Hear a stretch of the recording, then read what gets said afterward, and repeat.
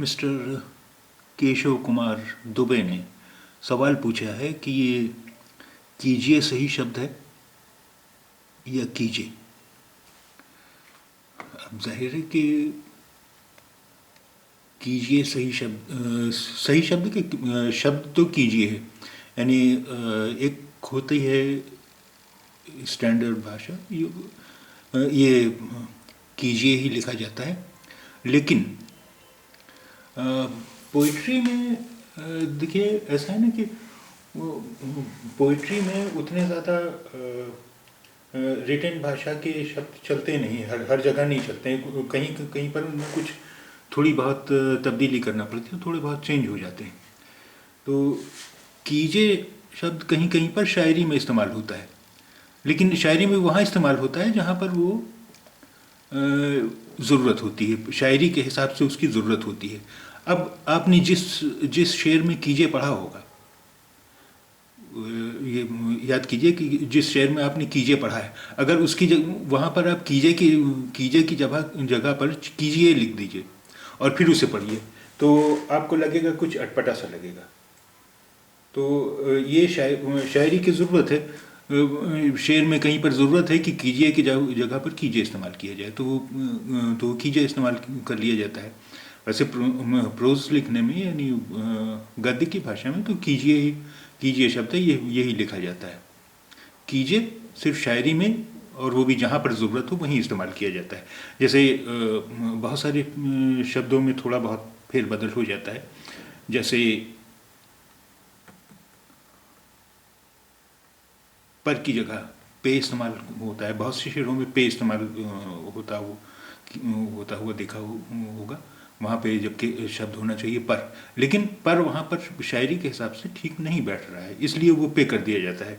उसी तरह जैसे शब्द है रास्ता, रास्ता तो कुछ शेर ऐसे होंगे जहाँ जिसमें आपको रास्ता मिलेगा।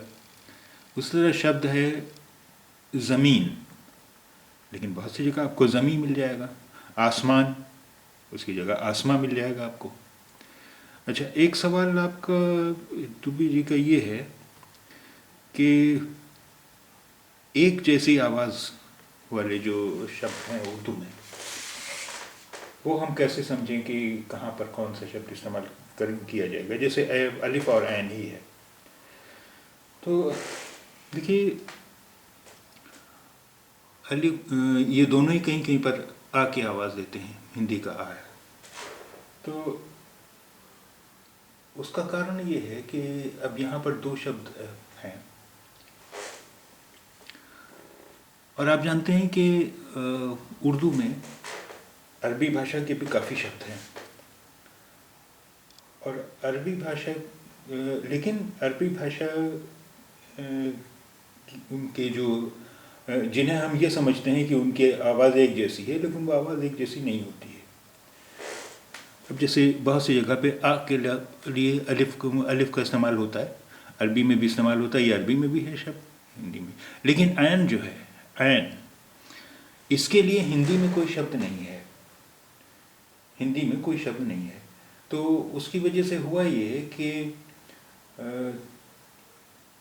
जब हिंदी भाषा का असर उर्दू पर पड़ा,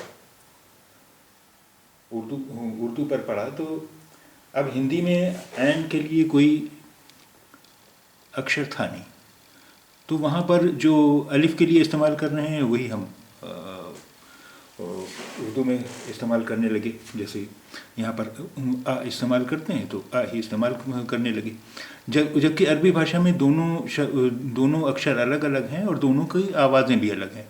यह अलिफ है, ये इसकी आवाज़ आ है, और इसकी आ है, आ, यानी ग्लॉटल साउंड है, आ आ आ आ आ।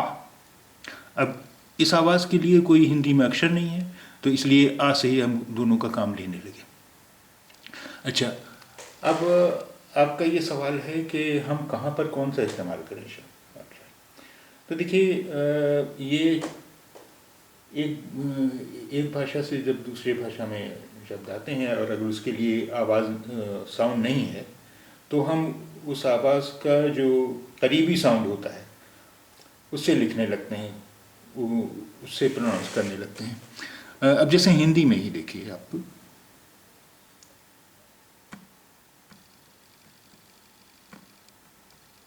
ये दो शाह हैं,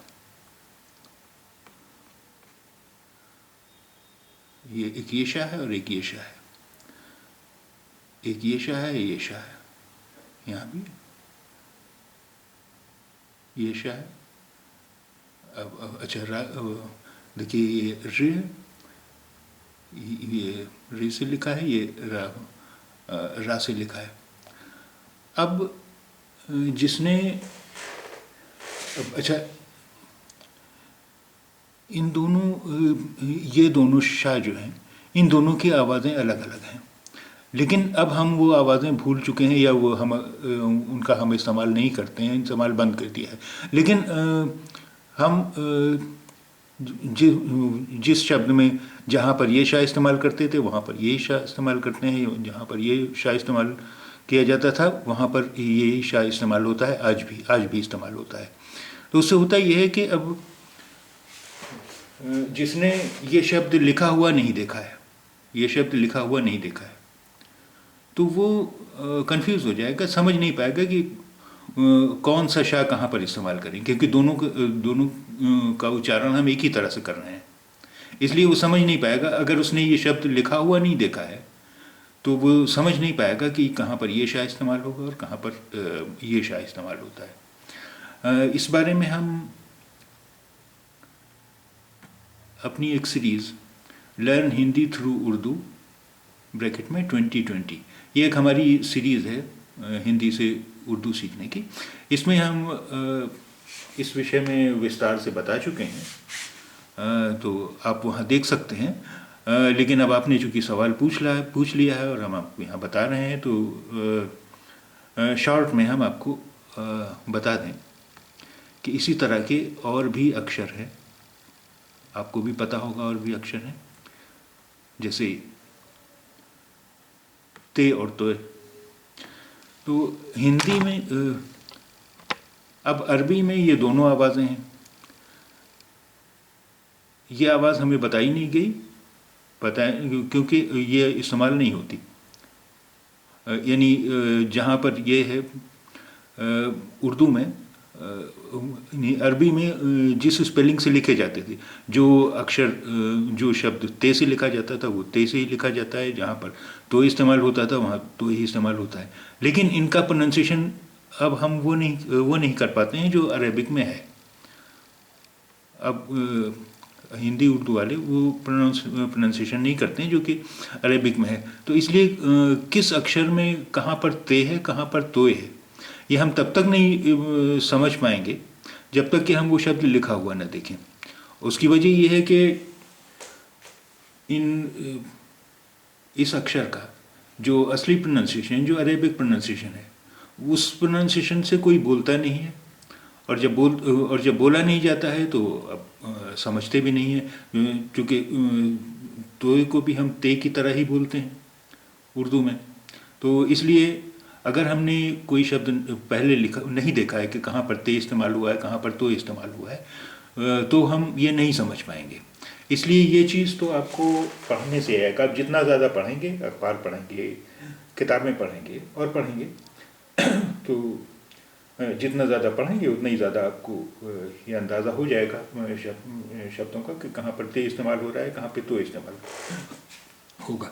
लेकिन यहाँ पर एक चीज़ ये समझ लीजिए कि किसी हिंदी शब्द में जहाँ पर ता आया है वहाँ पर हम ते इस्तेमाल करते हैं। जैसे किसी का नाम है, मान लीजिए हिंदी में ललित, अब यहाँ ता है तो अच्छा ललित हिंदी का ही शब्द है, इसमें ता आया है, तो हिंदी के शब्द में जहाँ पर ता आया है वहाँ पर तो हम ते का ही इस्तेमाल करेंगे, क्योंकि ते की आवाज़ जो है वो बिल्कुल हिंदी के ता जैसी है। ठीक। अब अरबिक का जो शब्द है जहाँ पर तोय आया है, तो अगर हमने वो शब्द उर्दू में पहले लिखा हुआ नहीं देखा है तो हम समझ नहीं पाएंगे कहाँ पर हमें तोय इस्तेमाल करना है। यही हाल सीन स्वाद से का है। सीन स्वाद से का है। तो सीन की आवाज़ बिल्कुल हिंदी के सा जैसी है, बिल्कुल हिंदी के सा जैसी है, और स्वाद और से की आवाज़ें अलग हैं। तो ये तो कहाँ पर से स्वाद है, कहाँ पर से है, ये चीज़ हम नहीं समझ पाएंगे जब तक हमने वो शब्द लिखा हुआ नहीं देखा है। अच्छा, एक और शब्द है, देखिए, हे तीन है। इन तीन में ये दो जो हैं, ये है और दो चश्मी है, ये इनकी आवाज़ें बिल्कुल हिंदी के हा जैसी हैं, बिल्कुल हिंदी के हा जैसी हैं। तो जब हिंदी के हा बिल्कुल दोनों की एक ही आवाज़ें हैं, तो इसकी जगह ये इस्तेमाल किया जा सकता है, इसकी जगह ये इस्तेमाल किया जा सकता है। लेकिन उर्दू में हमने ये किया है क्या कि उर्दू की जो वर्णमाला है उसमें कुछ अक्षर हिंदी के कुछ अक्षरों की आवाज़ें नहीं हैं, जैसे धा है, था है, फा है, ये आवाज़ें नहीं हैं। तो उसके लिए हमने किया ये कि ये तो हम हिंदी के हा की तरह इस्तेमाल करने लगे, ये गोल है हिंदी के हा की तरह इस्तेमाल करने लगे। इस हा को हमने इस हा का हमने इस्तेमाल ये शुरू किया कि जैसे धा है, धा की आवाज़ के लिए कोई अक्षर नहीं था अलग से उर्दू में, तो दाल और दो चश्मी ही मिला के हमने धा बना लिया। इसी तरह था के लिए कोई अलग अक्षर नहीं है उर्दू में, तो ते और दो चश्मी ही को मिला के हमने था बना लिया। पे और दो चश्मी ही को मिलाकर हमने फा बना लिया। जबकि अरबी फ़ारसी में इन दोनों में कोई भेद नहीं है, इसकी जगह ये इस्तेमाल हो सकता है, इसकी जगह ये इस्तेमाल हो सकता है।